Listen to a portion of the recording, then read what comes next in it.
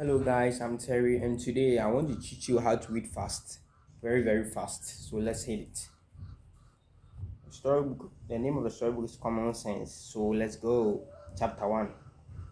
The village of Masala was aglow and with excitement filled the air. The streets were clean of debts. The trees sparkled each time light from the sun struck ribbons of various colors tied to the branches. The people were happy to usher in Saluna, the festival of reunion. As the people rejoiced, the birds rejoiced also.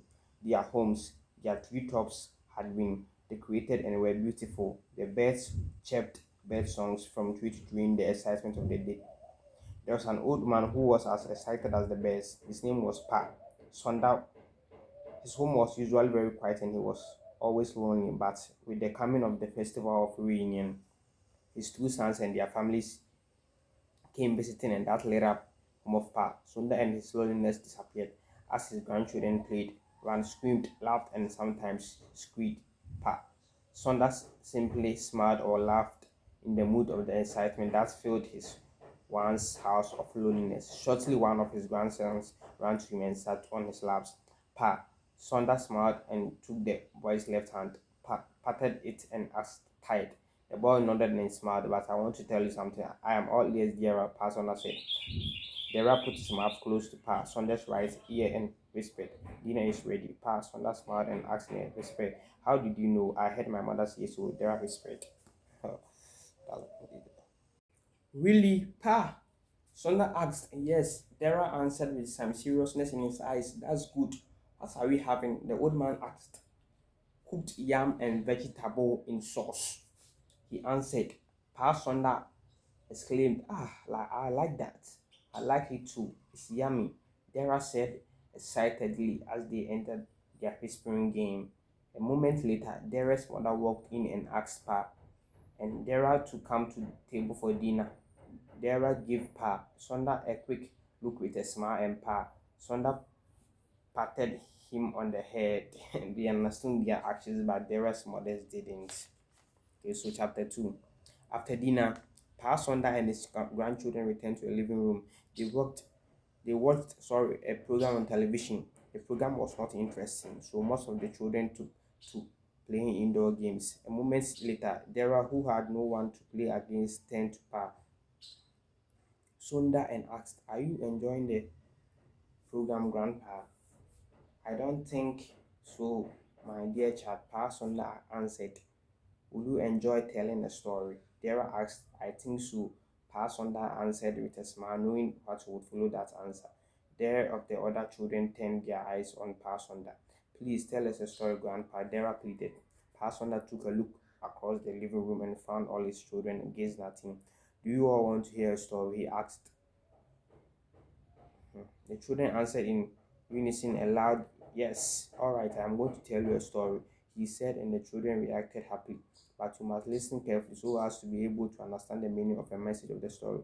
It is a story that will be very useful to all of you as you make your way through life. It will expose you all to the sweet and bitter pills of life and the secret paths to greatness which everyone seems, but only a few discover and dare to tread. The story is about a dwarf named Tikan. Tikan was born like every one of us, and he was growing up like a normal child until the age of 5, and his development became very slow. That's very fast version. By age 7, Tikan stopped growing. His parents and everyone who knew him were worried. They did all they could to stimulate his body system into action, but all that had no effect. Tikan had no one to fall back on, no one to hear a few words of encouragement or hope from. He was treated like an outcast, sad and frustrated. Tikan lived in hopelessness. Wow. So chapter 3, let's go. When Tikan clocked up to 15 years and his situation seemed to be getting worse because some children in their neighborhood had resorted to insulting him, he decided to leave home to seek peace and maybe love elsewhere. He had no knowledge of where he was going to or how far he was going, but he decided to take the journey even if it was to no destination. By the following morning, Tikan set out with a few handy items of his. There was no goodbyes or good wishes from anyone but silence and strange eyes that followed every step of his until he was out of sight. Tikan walked through the path that linked his village to the neighboring village. He hid by a bush path and waited and watched. Shortly, he saw some girls with water pots on their heads, and he concluded that they were returning from the stream. He waited until they were out of the sight. Then he came out of the bush and headed the way the girls came from. Although he was tired and strained, he kept on moving. After some walk, he saw the stream glowing calmly as the evening sun shone peacefully on it. He took his heels and jumped into the water. After swimming a distance, he thrusted his head out of the water. He was relieved and calmed from the heat of the sun that came hard all through the day. Luke chapter 4. When Tikan swam to his satisfaction, he came out of the river and sat on a log by the river bed. As he rested, he was alert because he didn't want anyone to see him. That was because he was ashamed of his height, and each time anyone stared at him, he felt uncomfortable. To ensure he saw anyone coming along before the person could see him, he set his eyes on the path. Suddenly, a tall, good-looking dark man came out of another path, and Tikan had no time to escape or run into the bush. On sighting Tikan, the man looked him over and smiled, and Tikan lowered his gaze in shame. "Good evening, sir," Tikan greeted. "Good evening, dwarf," the man answered. "Please don't call me that," Tikan pleaded. "Why?" the man asked. "I don't like being called that," Tikan answered. The man laughed loudly, and that hurt Tikan deeply. "I hope you all listen to this. That's what you are. I cannot call you a trauma because you are not. You are a dwarf, my friend." As he took a look at Tikan's face, he saw tears flowing down his cheeks. Really, pity swelled in him, but he felt he had to tell Tikan the truth and help him to realize and accept who he truly is. Tears are not enough. Moreover, that won't change you from who you are. You must be yourself and be proud of who you are.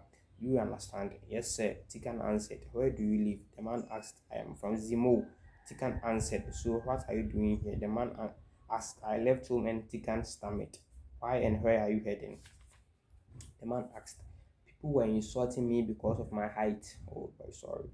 So I decided to leave home. As to where I'm going, I don't know. I just want to be away from home and the insult." Tikan said. "Well, my name is Dosa. What is yours?" "Tikan." "It's getting dark. Let's go home," Dosa said, and Tikan arose and followed him. "No, I wouldn't. But there is something you can change, and that's your mind. Your mind, Tikan, is what is challenging you and keeping you in bondage. It shows you your shortcomings because that is what you want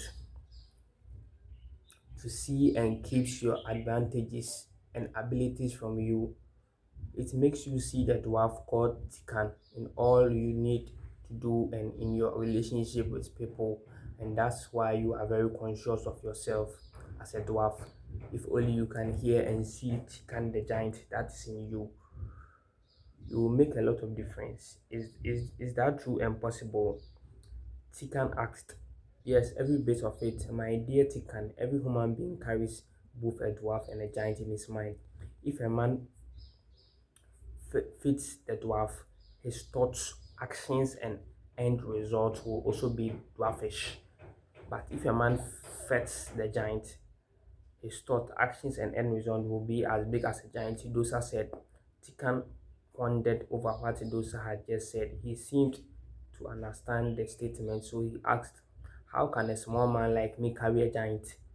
Dosa smiled and patted him on the shoulder. "You see, Tikan, the mind is the home ideas. The extent to which you use it and how you will use it will determine if you will produce a dwarf idea or a giant of an idea. The house we live in, the car, train, airplane, the clothes we wear, and every other thing made by a man are products of the mind. The men and women the men and women who made those inventions and those who will make more are just like you and I, some short, some tall. But the difference between you and them is that while they are concerned about right using the giant of ideas in their minds to make things that are of benefit to us all, but your mind is closed and not working at solving problems. So think, Tikan, think and put your mind to use. Do you understand? Dosa asked and Tikan nodded. I will tell you some more. Some other day. It's bedtime. Chapter 7. Are you enjoying the show? With the passage of time, Tikan learned more and more from Dosa, and Dosa was impressed to know that Tikan always carried out his tasks well and at the right time. Dosa also noted that Tikan's reasoning, confidence, and capacity had grown greatly, but there were still a lot for Tikan to learn. So Dosa kept on teaching him, tasking him, and opening him up to the great strength that his mind holds. And like a good student, Tikan humbled himself and learned. When Tikan clocked up to 20 years of age, Dosa received an emissary from the king of Zimo. The king had sent him on an urgent and special mission. How is my friend? Dosa asked. His Highness is well and sent his best wishes. The emissary answered. That's kind of him. Thank you. Dosa said. After exchanging the usual pleasantries, they got down to serious discussion. Wise one, his Highness, the King of Zemo, had a dream 2 weeks ago. The dream has remained a puzzle to date. The king called all the wise men in Zemo together. Still, none could unravel the puzzle or dream. So he decided to send me to you to seek your help and wisdom. The emissary said, I'm tired. Oh, please narrate the dream. Dosa said, meanwhile, Tikan sat at a corner and listened. Wise one, can you send the young man away? The emissary asked. No, he's my ally. Dosa answered. Alright, the dream goes like this. The king found himself on an island. Beside him was a goat, a tuber of yam and oil. A little away from where he stood was a small boat. A voice echoed, saying, the boat can only carry you and one of those beside you. Really, really tired at the time. After that, the echo collapsed. When the king arose, he summoned all the wise, but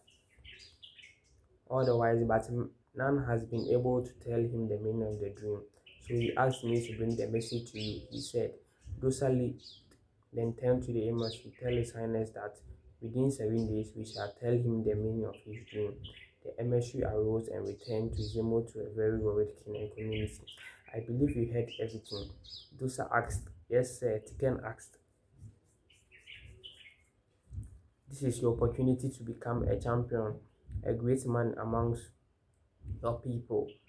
Put on your thinking cap and unravel the meaning of your king's dream. If you are able to do that, you will begin to dine at the king's table.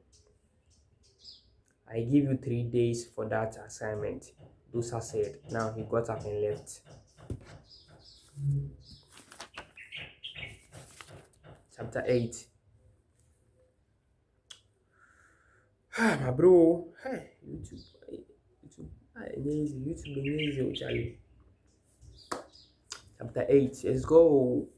The assignment put Tikan on his toes. Added to that was the glory and recognition it will bring him.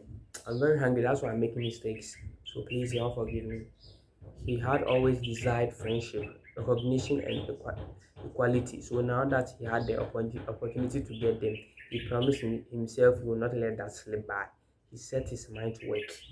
By the third day, Tikan got the answer to the puzzle of rather unravel the dream. When he narrated it to Dosa, he listened attentively. By the time Tikan finished his narration, Dosa was all smiles and jumping about. He was so elated that he took Tikan's hand and embraced him. You are right, Tikan. You have become a wise man. You have learned enough. Your people are waiting for you. This time, they are not going to look at your height.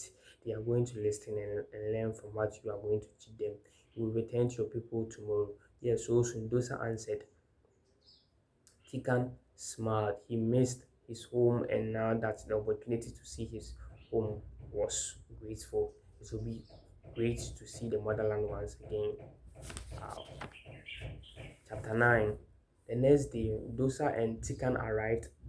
Zimo and were immediately ushered into the palace of the king. The king, on seeing Dosa, smiled and embraced him. "Welcome to Zimo, my friend," he said. "Thank you, Your Highness," Dosa greeted. "Please take your seat," the king said. "Thank you," Dosa said. After the pleasantries and a bit of eating and drinking of water, the king turned to Dosa. "You must have come because of my dream, I hope." "Yes, Your Highness," Dosa answered. "Without much ado, can I hear your wise insights into the dream?" he asked. "Yes, Your Highness, you will, but if it is not coming from me, it is coming from one of our subjects," Dosa said. The king looked around those seated in his presence, then fixed his gaze on Dosa. "My subjects, if the wise ones amongst them could not offer me any insight into the puzzle, who would amongst the rest? He is with us. Tikan, tell his highness all needs to know," Dosa said. When Tikan rose, when Tikan When Chicken arose, all eyes fell on him, and the king wondered if Dosa was playing a game. Who is wiser than the wise Dosa? A man with great vision who does his job without a smile. Games and jokes are not played or made when the heart is troubled. Your Highness, this is not a game or joke. It is not about the height of a man, but about the largeness of his heart. Be patient, Your Highness, for the answer to your puzzle or dream is with you. Subject Tikan. Please, Tikan, talk, Dosa said. "Thank you for your highness. Here, here is the breakdown of your dream and its meaning, Your Highness. The only way you can ferry the animals and the yam without losing any is firstly ferry the goats and leave the yam and the lion behind. Lions do not eat yam, so your yam will be safe. On dropping of the goats, return and ferry yam across. When you keep the yam, put the goats into the canoe and ferry it back. Secondly, leave the goat and ferry the lion to where the yam is. Thirdly, return and pick the goat and ferry it to where the others are. That way, you will have secured the life of the animals and kept the yam from being eaten by the goats and the goats from eaten by the lion," Tikan said, and the king and everyone present clapped for him. Dosa beamed with smiles. "Please tell me the meaning of the dream," the king requested. "Here is the meaning. The lion is the strength of the kingdom which you represent." Hello, guys. So, guys, we are moving to another storybook. We finished reading the last book we just read, so we are moving to another one. The new story is Oliver Moon and the Dragon Disaster. So, let's go.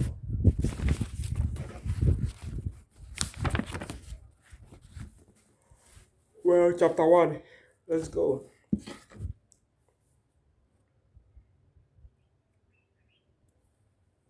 Oliver Moon was soaring on his broomstick high above magic school.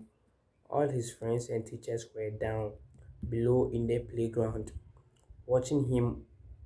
"Ooh!" they chorused as Oliver looped twice in a row. "Wow!" they breathed as he zipped backwards, both hands high in the air. "Hooray!" they cheered as he zigzagged through the tangled branch trees, his eyes tight shut. Oliver was about to perform his most daring stunt yet, a full circle spin, while juggling his spell books, when he felt hot breath on his face. Only no sleep. Oliver groaned and stared. Oh no, he's been enjoying himself so much. Was it really only a dream? It seems this part has been slow because Charlie, the way I make hungry knowing. Charlie, I boss a bro. He opened one eye, a crack. His sister, the witch baby, was in front of his spiderweb hammock, bouncing a silver plastic teapot off his head. "Ollie, awake," she ordered bossy. Oliver shut his eye quickly, hoping he could finish his brilliant dream. The alarm on his toad clock had other ideas though. Eight, 8 o'clock. It It beeped, flicking a cold, wet tongue out onto Oliver's cheek. 8 o'clock. Oliver groaned. 8 o'clock already. He pulled his bat blanket over his head. He just lie here for a few more minutes.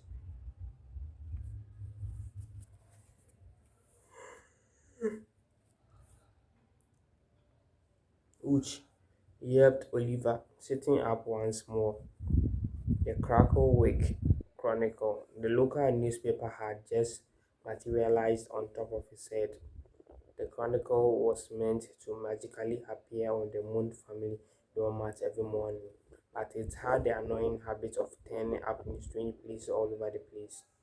Oliver rubbed his head crossly. No chance of getting back to sleep now. How he hated mornings.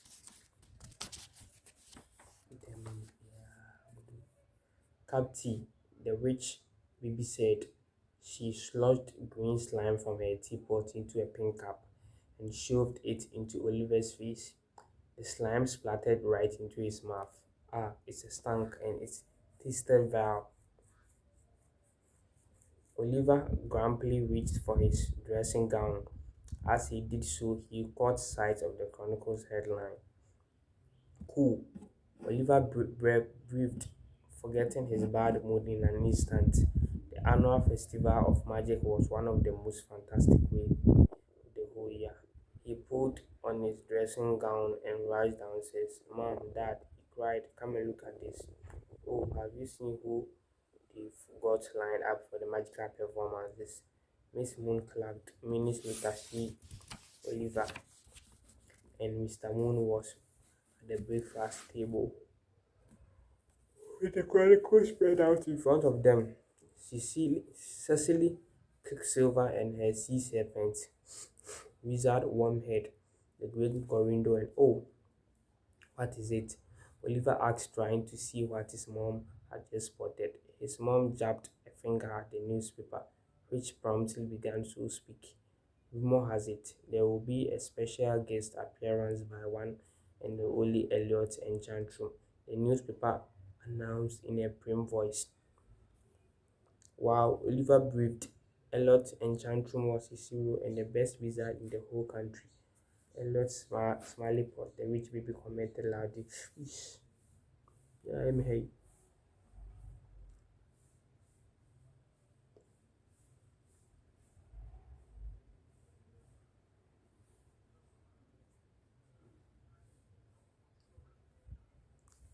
Yeah, is this?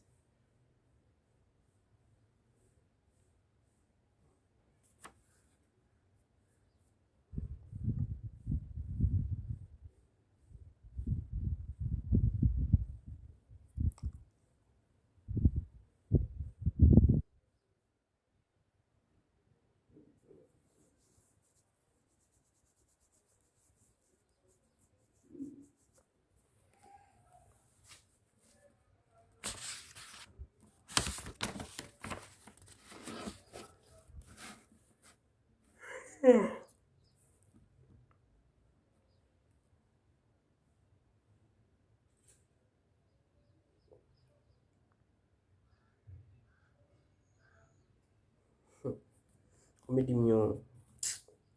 A broomstick display by the Black Arrows too. Skakra ye pedinti. Ebo mebre.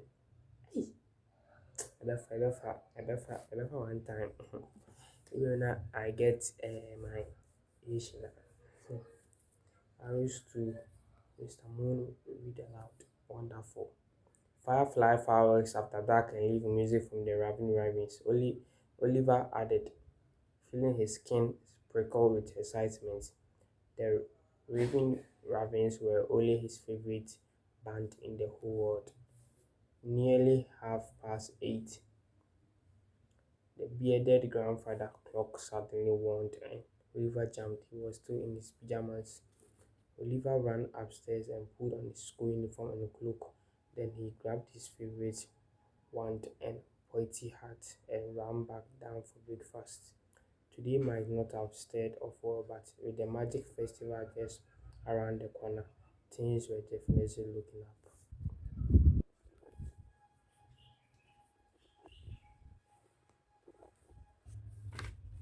So at magic school that morning, Mrs. McLizard, the head teacher, gathered all of the junior wizards and witches in order for assembly. I'm sure you all have heard about this year's festival of magic.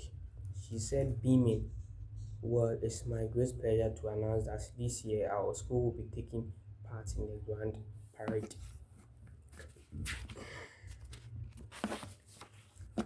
There was a rustle of cloaks as everyone began whispering to one another. Oliver turned to his best friend, Dick Frog Freckle, his eyes bright. Brilliant, he hissed. Clark, Mrs. McAllister's raven squeaked disapprovingly. It flew down from its roost on the curtain rail and swooped low over the heads of the students, knocking several pointy hats askew along the way. The room fell silence at once. Thank you, my little feather flap, Mrs. McLeesa said as the raven landed on her shoulder. It pecked at a beetle that was crawling through her hair and gulped it down. Where was I? Oh, yes, the parade. We will all be split into groups, she went on, and every group will have a team captain who will choose a team. You can have music. Oh, sure. I was missing the baby. I can't subscribe this. I'm telling you, costumes, and of course magic. She smiled so widely Oliver could see all seven of her stumpy black teeth on display. Let's make the whole of Cacklewick proud of our school, she cried. Hooray, the students all cheered, Oliver included. He was gripping his she was gripping his wand so tightly with excitement, but it crackled a strange blue. Sparks flew out of it like a firework. This is going to be fun. Oliver laughed to Jake. Mrs. McLeesa started dividing the school into teams. Merlin Spoonbender, the head wizard, was one of the captains, of course, as was Mabel Madeva. Mabel, yeah, the head wit. Oliver hoped he would get put into each of their teams. They were both awesome. PP Podcast, you are with Mabel. McLeesa read from her list. Jake Frogger, you are in Merlin's dream. Yes, cheered Jake with an excited smile. He got up and went over to Merlin's team at once.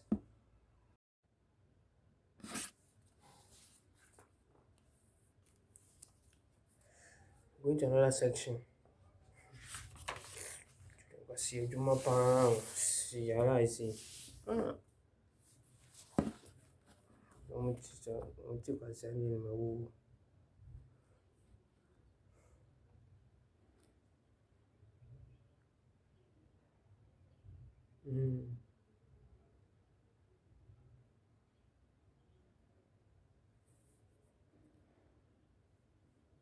As my nini be.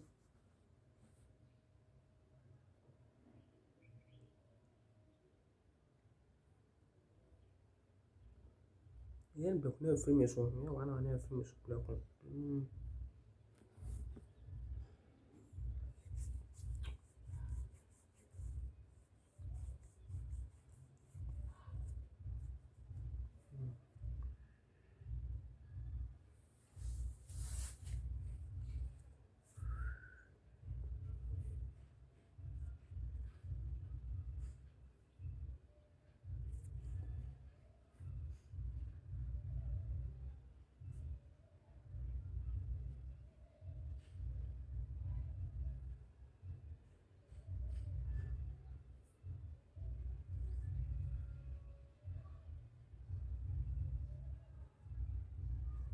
Okay, or I cannot play. Let's move into another.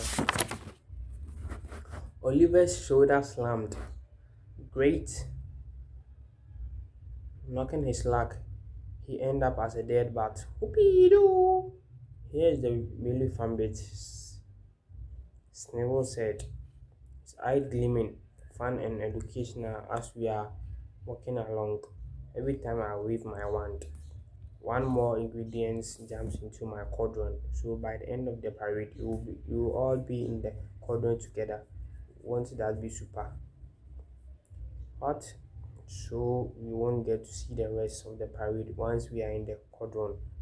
Hattie told Hattie told Tramper asked, looking dismayed. That's right, Snivel said, affirmative. Hey, yes, he beamed. To be quite something, I think. Quite something indeed. Quite something but remain. Willie Boggyworth muttered under his breath. Hattie rolled her eyes at Oliver like they all wanted to be stuck in a dark corridor for the parade. No way, Sniffle hadn't finished. Now, as the wizard, obviously I will be the most important person, he said, puffing out his skinny chest. And I thought it would look really exciting if every time I waved my wand, red and purple smoke steamed out of it. We then turned to red and purple pepper stars. He paused as if he was expecting a round of applause and suggestion. None came, and then what I was thinking was that Oliver found himself drifting off. It was bad enough being told that he was going to have a dress up as boring ingredients for the parade. It was even worse having to listen to Sniffle waffling on about his far more interesting parts. I think Oliver should do it. He heard Bully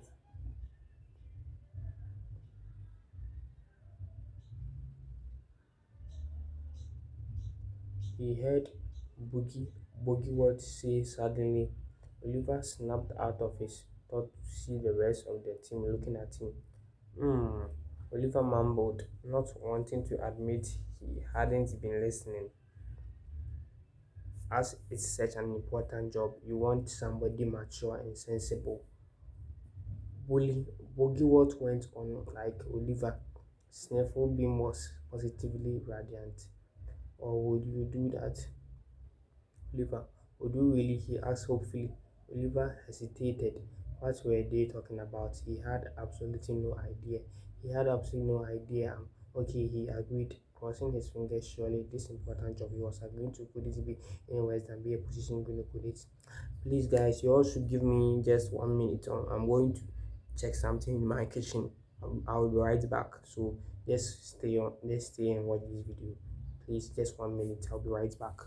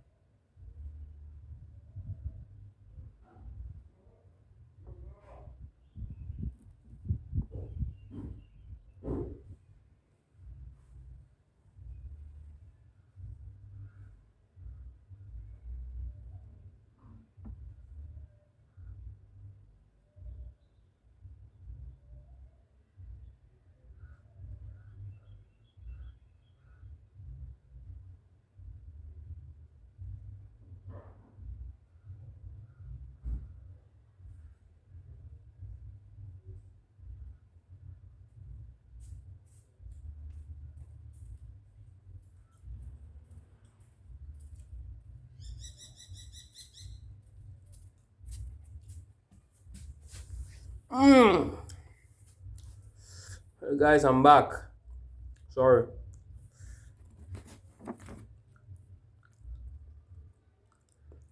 Yeah, I'm hungry now.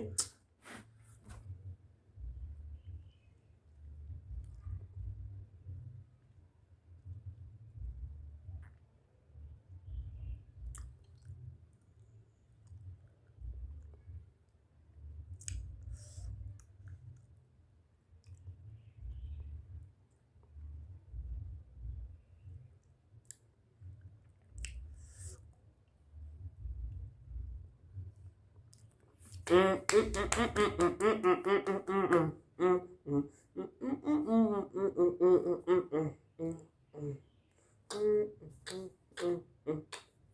you got, I want to show you how to do reverse. Let's go, let's go. Block, hit it, and hit, let's go. Okay, first step, when you want to do reverse, you need to start at one place first. First step, you need to start at one at a time. So the first place, yeah, like you hit it, stuck, move backwards, and try to time to hit it, and try to time and hit it. Time it. Let's go. Hit it. Pop. Let's go. Pop, pop, pop, pop, pop. Always in one play. Make just a dog boy. Let's go. Chapter 3. Oliver's mom and dad tried to cheer up at tea time that evening for 20 minutes. At least you won't be stuck in a smelly old caution for the whole parade, his mom said, like encouragingly landing out a plateful of toenail casserole. No, I'll just be catching smelly old bean bags around instead. Oliver growled. He stabbed his fork through a green potato, like stuck through a green potato on a fork, and matched it eat crossly. It's not fair. I wanted to be in Merlin's dragon team. Oliver's dad passed him the pot of eyeballs. Well, we are still proud of you, Oliver, he said. I bet you'll be the finest little collector in Kakorick. That's good. That's good though. That's good though.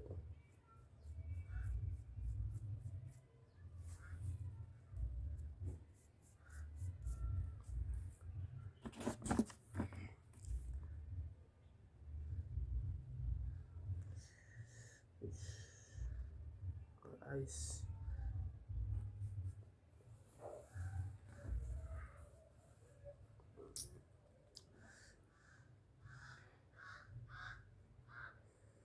From the new film, it's gonna be a metal fro. That's Samsung fro. Yeah. Fro. Because we didn't new fit. Yeah, yeah, scapa and yeah, which is yeah.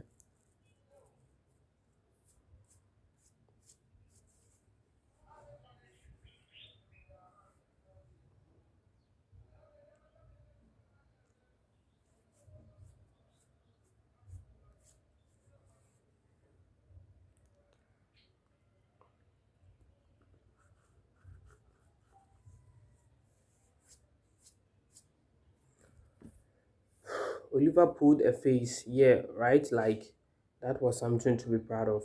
The next morning, Oliver was woken up by a scotch smell. That burned him the porridge again. He thought he would sleep beautifully, turning over in his hammock. But then his feet felt hot. Ouch, really, really hot. Oliver sat up and gulped in an alarm. His hammock was on fire. Help! He yelped, leaping out of it as the flames licked towards his toes. Fire. Dragon, the rich baby said happily, pointing a pudgy finger at a small green dragon with black smoke coming out of his nostrils. The dragon burped and breathed a huge jet of flames all over Oliver's pillow.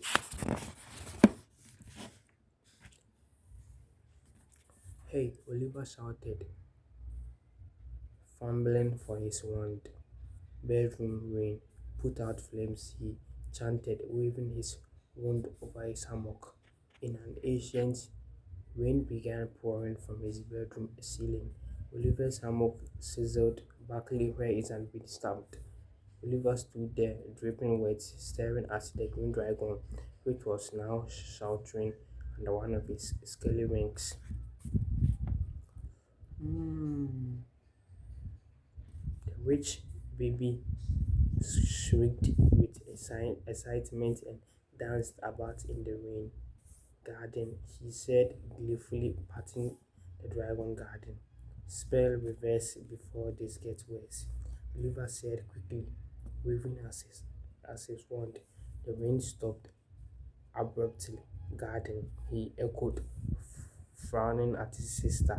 What do you mean? The garden, he stared at the dragon. Did you find the dragon in the garden?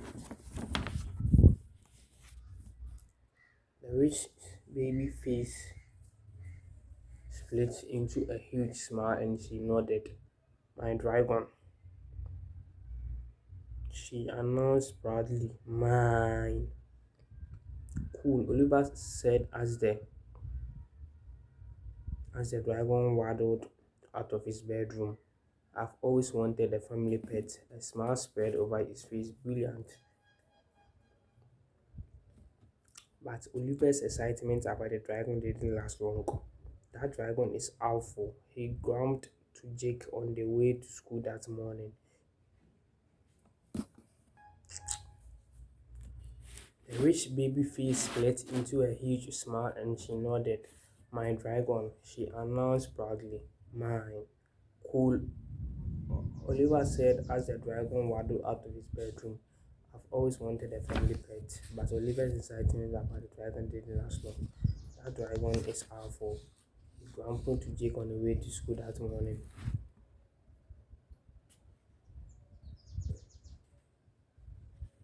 We were trying to teach him how to stoke up the cauldron for breakfast, but it managed to bend that broomstick and Mom's dressing gown, and that was after setting fire to my bed. Jake had chuckled. Are your mom and dad going to let you keep it?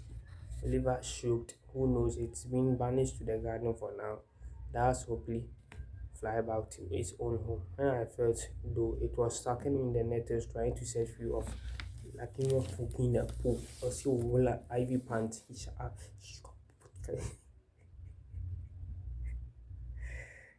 He he shook his head at the thought. I couldn't wait to get out of that madhouse and come to school.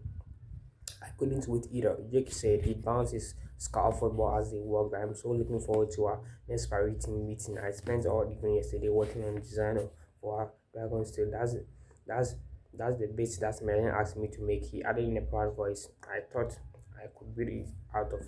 But Oliver had stopped listening. That's it, he declared, laughing out loud. Suddenly, that's it. That's what Jake echoed, looking puzzled. Oliver grabbed Jake's scarf football and bounced it off his own head. His pointy hat toppled off onto the pavement, but he didn't even notice. Jake, you've just given me the most excellent idea. He could made the little collection fun after all. Jake stared blankly at his friend. How, he asked doubtfully. I'll use the dragon, Oliver exclaimed, instead of me picking up all the later. The dragon can get rid of it by breathing fire on it. How could that be? Red hot. Jake laughed. You will be probably get your photo in the cackle week. The story for this book has ended, so I'm going to the next storybook.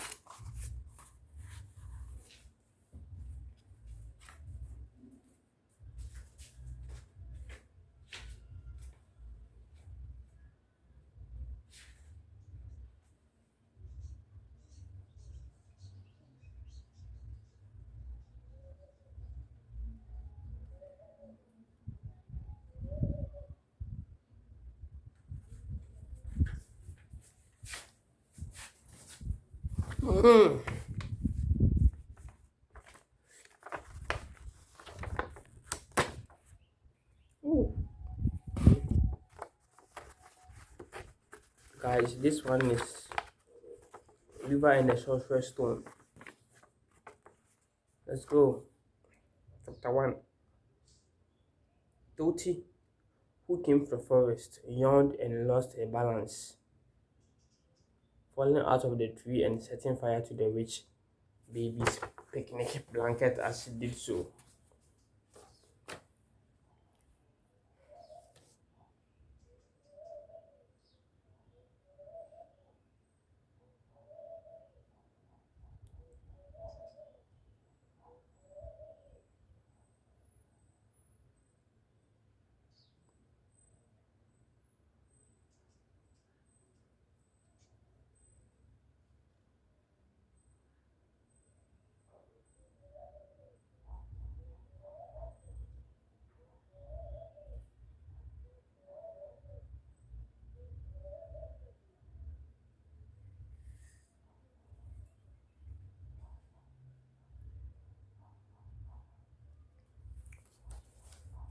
The way I'm tired, nah, can't even read again.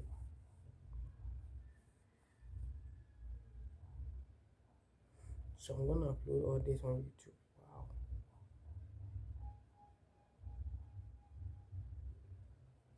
that's very good though. Yeah.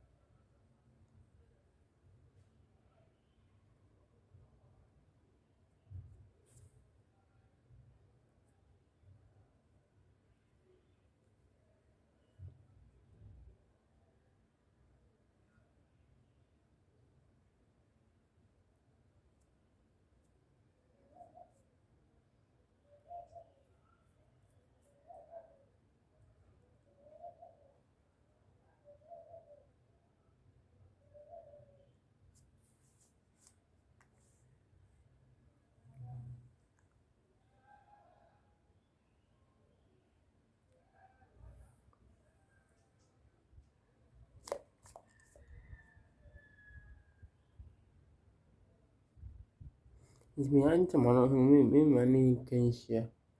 Ah, do a making, you know, my son, neighbor, Ebam.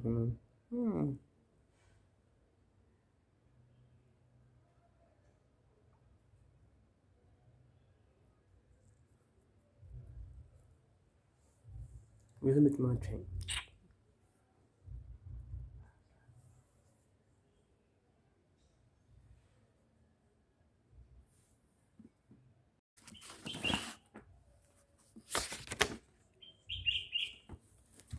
So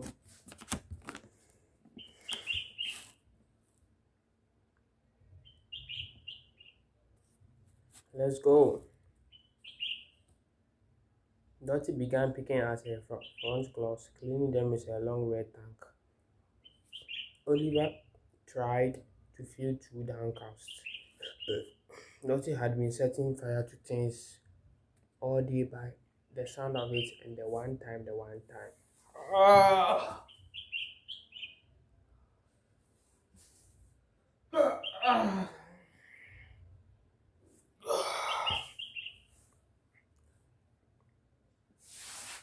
Trying to do some exercise.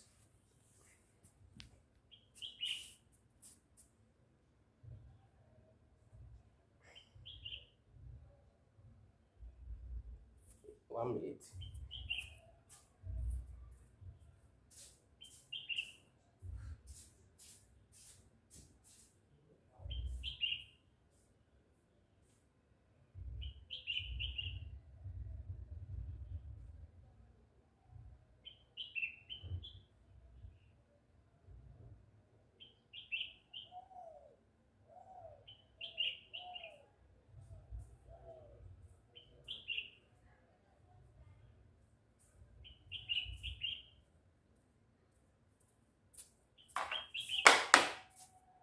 Guys, you know how to do push-ups.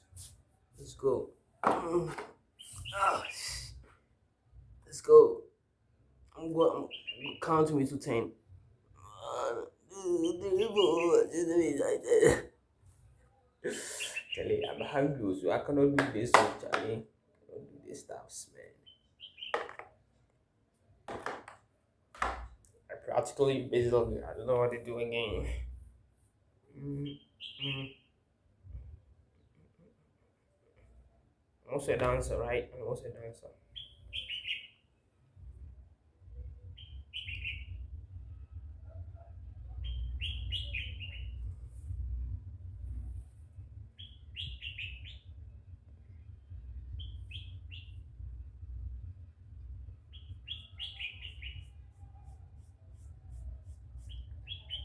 Hair has always been itching me when the beard starts coming.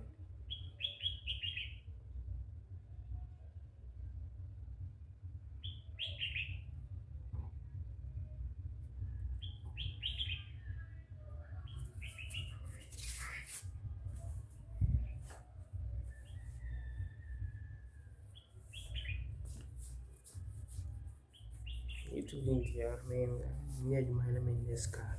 Well, near you, man, near you, my yep, yeah, what I was in bro. Why you come from? In this car, boy. My main, like, my main focus is football content too. Anyway, you maybe I think maybe a more chance keke. What I say, more chance keke, and subscribers. But maybe I remember. Maybe more chance keke last 4 months ago. Maybe more chance keke. Simple. The work with the more chance keke. Wait, it's really na that move just a posting maybe so I will be fast. Be fast, very fast. Yeah, probably very fast because so I'm faster.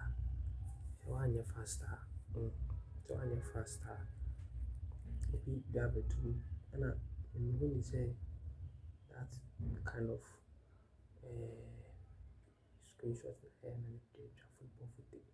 If my footage is supposed to be corporate to it was I can always get monetized because so I be live as me. Live as me now me actually the be live as me that's actually I know so I be live as me on no going by within 2 minutes. Within 2 minutes, you know 2 minutes, about 1 minute. We need to be covered as a thumbnail. And I say when you say we are a corporate, you so on this admin say I say we need time best admin because we live as me in thumbnail of a million more maybe. Why can't I also take some and post it when I've been monetized? Because the reason why I'm saying I'll do this is because boy, football be a good person of and a football see reviews. Will beat me and a football so goes bemo and let's buy a share 5. We share 5. We post to or share don't matter how you will got in one view pay. In one go. As soon as in time we share into one go. And if anything and PhD about 1 PhD about 1 and the pool I share 2 in there. I really good, you know. Almost 8 videos so I say one day. And Man City share 4-1. Share 4-1, yeah. Almost 10 videos plus 6-1. Almost share maybe 6-3. 6-3. Almost share my win. 9 videos in just one match. 9 videos, so 9 goal videos in just one match. You understand? You need to have a CapCut in everyone. CapCut where the extracted audio is. You find it, but many CapCut very fast. You better say, TBS, I say, I jam out monetization first thing I post. I not one. You can't post to be. It's good here.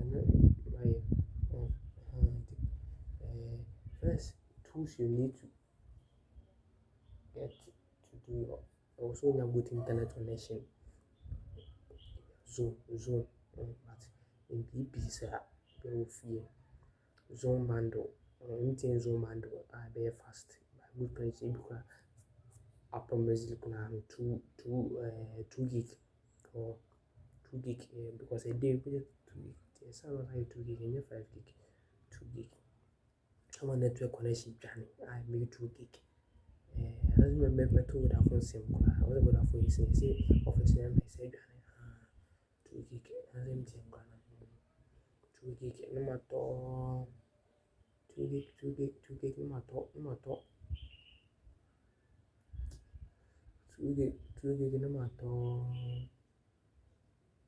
Mappa in short, so at all. On my in short, mainly YouTube.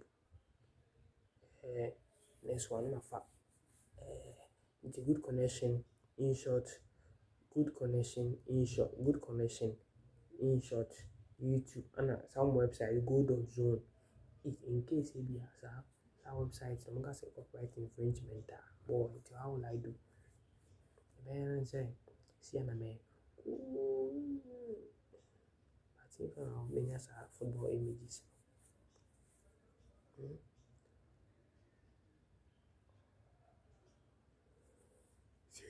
If I mean football images, you know, some no, but me, any idea, problem, man, what I see, it's not a big deal to me. Debbie. I mean, it's just outside in it. It's already there. I bet it didn't make money. So if you are said in man, they change a best from TV as an idea. My advice is that I would say, what is this? My advice is I would say also song. Emma, what's here be? Emma Fauso. What I say? And if you see, we have a boy, my father for be brave. What I say? My father for be. Oh, boss say.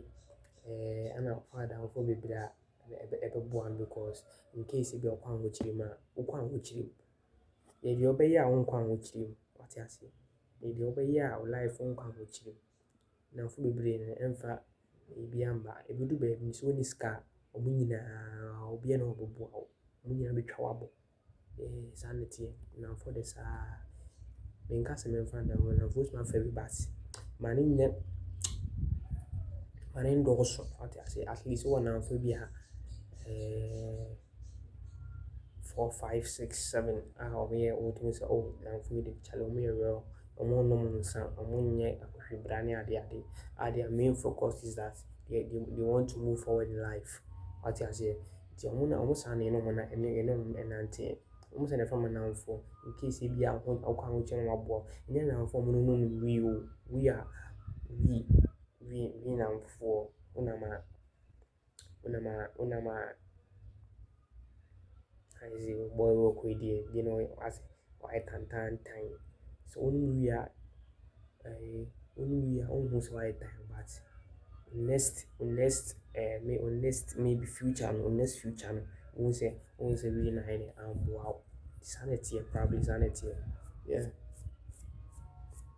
me say divine me say no me say no one for pants and me check out my pan giddy but me mom what I say to my heart I know my good friends me say more friends more in my life more friends at least 10 so me good or me papa but more than for be they kind of form one with more make more customer than for be 20 be 20 no be na madam boys almost so no be na madam for tell obo hono ma na na keke obo a so wadam for you be like only 13 komo ati ase only ta ede edin komo di bia in and out di only edin komo ofre no fro tell yenyese nkosi be ma nkosi on and down wadam for bia you know why komo bo aba o si nya me na for no but enye too tight what I say enye too tight and I'm just my life many madam for be too tight too. Like madam for many too tight was way back in West School. That was in 2015. But now every time I reach school, we've been dispersed. I've not seen him almost 7 years now. But let's say quite 2017 or yes 2017. I saw him. He came to this house. Oh no, he came and passed by, and I saw him probably like 2016 at 2016 at 2016, yeah, 2016 at Cares. I Samuel Cares. Yeah, I saw he was wearing a Kogi school, but don't know he was in that school. Charlie boys they talk. Charlie, easy bro. So this is my last video, Charlie. Thank you all for watching this video. Please subscribe to my channel. There will be a new video coming out soon.